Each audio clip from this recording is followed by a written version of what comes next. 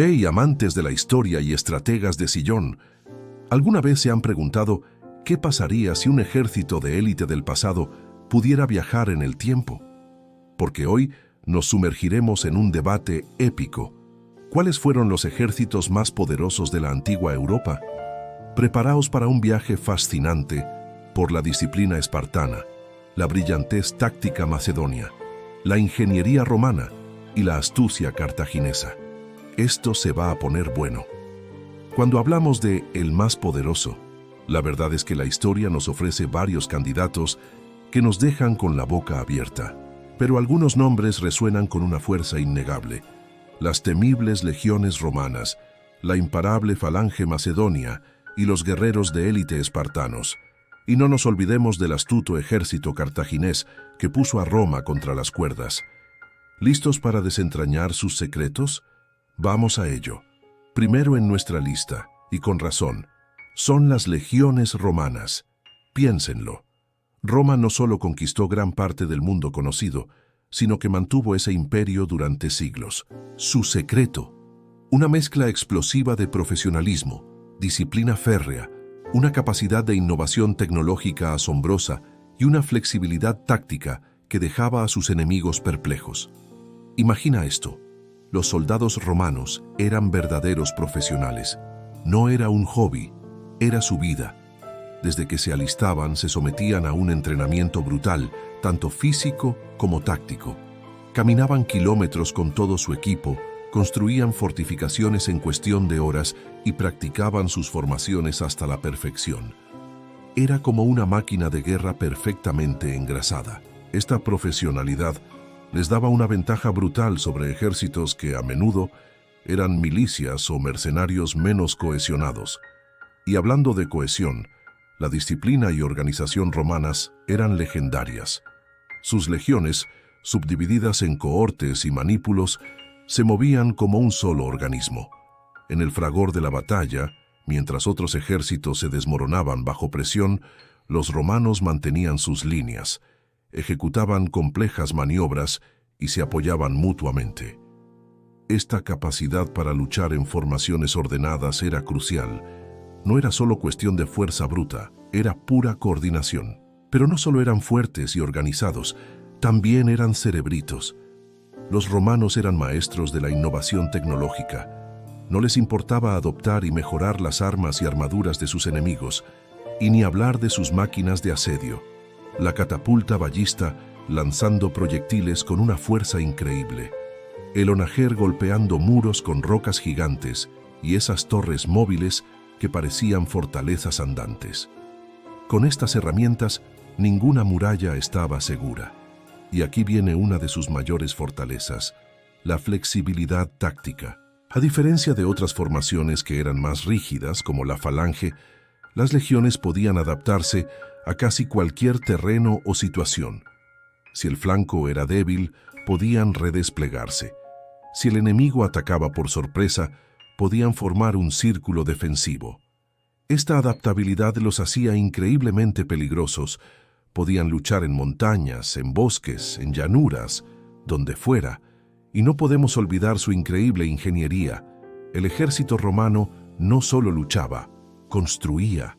Sus campamentos fortificados eran ciudades temporales que podían levantar en un día. Construían puentes en cuestión de horas para cruzar ríos y construían carreteras que aún hoy, en algunos lugares, siguen en uso. Esta capacidad logística les daba una ventaja inmensa, permitiéndoles moverse rápidamente y mantener abastecidos a sus ejércitos en cualquier rincón de su vasto imperio. Las legiones romanas eran, sin duda, una fuerza imparable. Ahora, cambiemos de tercio y viajemos un poco más atrás en el tiempo, a la época de Alejandro Magno y su padre, Filipo II. Hablemos de la temible falange macedonia. Esta formación dominó los campos de batalla del siglo IV a.C. y fue la herramienta con la que Alejandro forjó uno de los imperios más grandes de la historia. La fuerza de la falange macedonia no era solo su infantería, era una estrategia combinada. Filipo II y luego Alejandro entendieron que para dominar necesitaban un ejército versátil. así que la falange no operaba sola. Era el yunque contra el que se estrellaba el enemigo, mientras que el martillo era su caballería pesada, los famosos compañeros, liderados por el propio Alejandro, que atacaban los flancos y la retaguardia enemiga. Una combinación letal.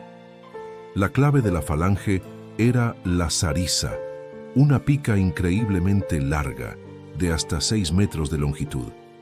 Imaginen una pared inexpugnable de puntas de lanza que se extendían mucho más allá de la primera fila de soldados.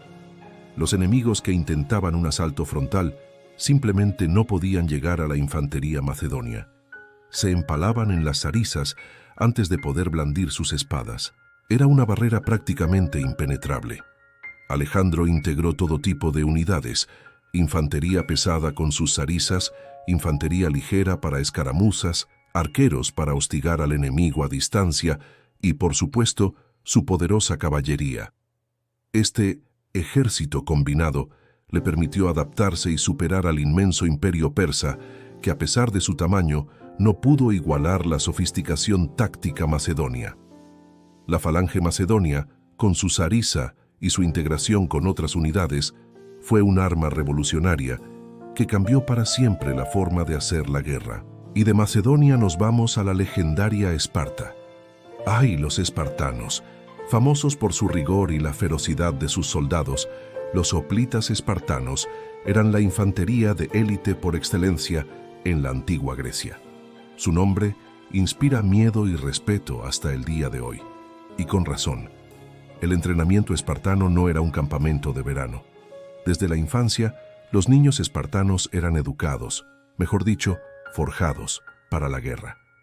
Era un sistema de vida entero, la agogé, diseñado para crear soldados con una disciplina, fuerza y valentía sin igual. Olvídate de los juguetes.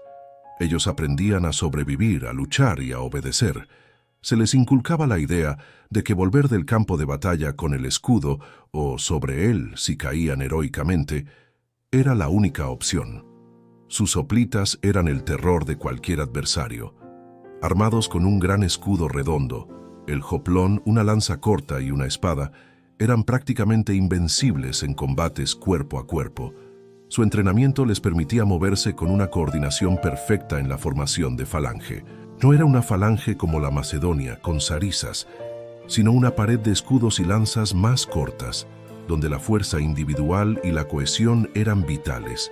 Cada hombre protegía a su compañero de al lado con su escudo, creando un muro humano impenetrable.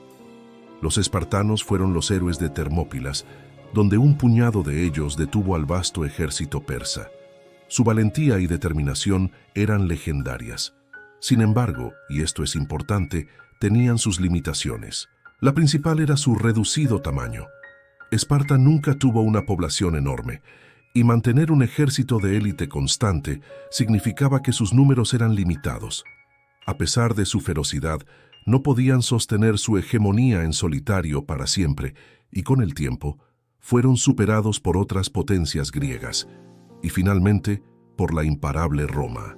Pero su legado como guerreros de élite perdura. Y ahora salgamos del continente europeo por un momento para hablar de una fuerza que casi reescribe la historia. El ejército cartaginés. Liderado por genios estratégicos como Aníbal Barca, este ejército fue una espina clavada en el costado de Roma durante las famosas guerras púnicas y estuvo a un paso de la victoria total. El ejército cartaginés era algo diferente a los otros que hemos visto. Era un ejército mixto, una verdadera coalición de guerreros de diversas regiones.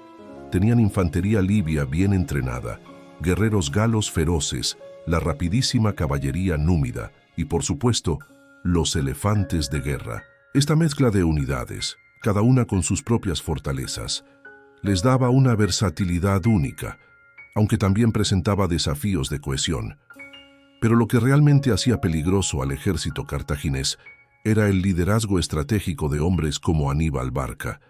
Su brillantez táctica es algo que se estudia todavía hoy en academias militares. ¿Quién más podría cruzar los Alpes con elefantes y luego derrotar a las legiones romanas una y otra vez en su propio territorio? Batallas icónicas como Canas, donde Aníbal aniquiló a un ejército romano mucho más grande mediante una maniobra de pinza que se considera un clásico de la estrategia militar, son testimonio de su genio. Él logró que un ejército tan heterogéneo funcionara como una máquina precisa. Además de su formidable fuerza terrestre, Cartago era una potencia naval de primer orden. Su flota era enorme y muy experimentada, lo que le permitió controlar gran parte del comercio marítimo en el Mediterráneo.